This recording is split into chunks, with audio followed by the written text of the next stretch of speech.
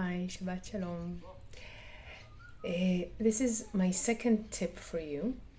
And today I want to talk to you a bit more about how to improve your vocabulary and avoid these really awkward moments where you have a word on the tip of your tongue and it's just out of reach.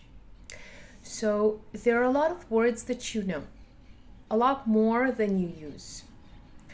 And the words that we use are usually the ones that are most available to us because we use them a lot, right? But other words, a lot more words that we know, that we have heard, that we have read, are also words that can become available to us if we practice them. So today's tip is very practical. It first starts with active listening. Okay, so when you come across a word that you may know its meaning but maybe unsure of how to pronounce it, or maybe you know how to pronounce it, but you never use it anyway, so it's not, maybe you're not sure how to use it even in a sentence.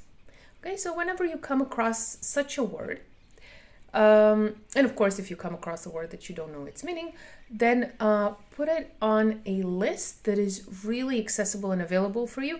For example, if you have a private group with yourself on WhatsApp, okay, that is dedicated especially for your vocabulary practice. This is very effective. And then you have a list of words that you collect during the day, the week, whatever, okay? And then every day, and this is important, it has to be a daily practice. Otherwise, it's just not going to work, all right? So every day you choose one word. You can choose 2 or 3, but one word at a time, okay? And then if you're not sure how to pronounce it, if you don't know what it means, then, Google Translate or Morphix will fix that. But then if you don't know how to pronounce it, then Google Translate is actually a good tool for that, because it has this this audio button that you can that tells you how to pronounce it. So first, practice its pronunciation, okay? So let's take, for example, the word condescending.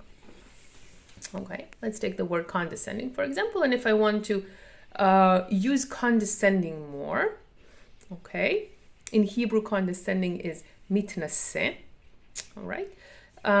So if I want to use this word more, I just say it a few times to myself, maybe 20, maybe 30. Okay, it should be a nice amount so it kind of rolls freely in my mouth and it's easy for me to say. So condescending, condescending, condescending, condescending. All right? Okay. And then I want to try to use it in a sentence. So again, if I don't know how to use it in a sentence, I'll just Google condescending in a sentence in English or whatever and find a few sentences and I can say them. And then I'll try to make up a sentence. For example, he's such a condescending person. Okay, it can be very simple. But here, I use this word in a sentence already. All right?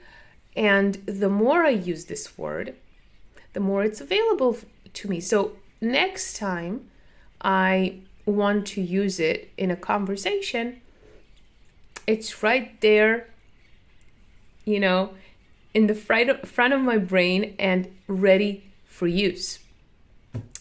So this is my tip for you today.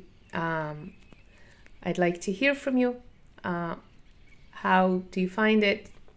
Did you like it? Did you not like it? Did it help you? Okay, see you tomorrow.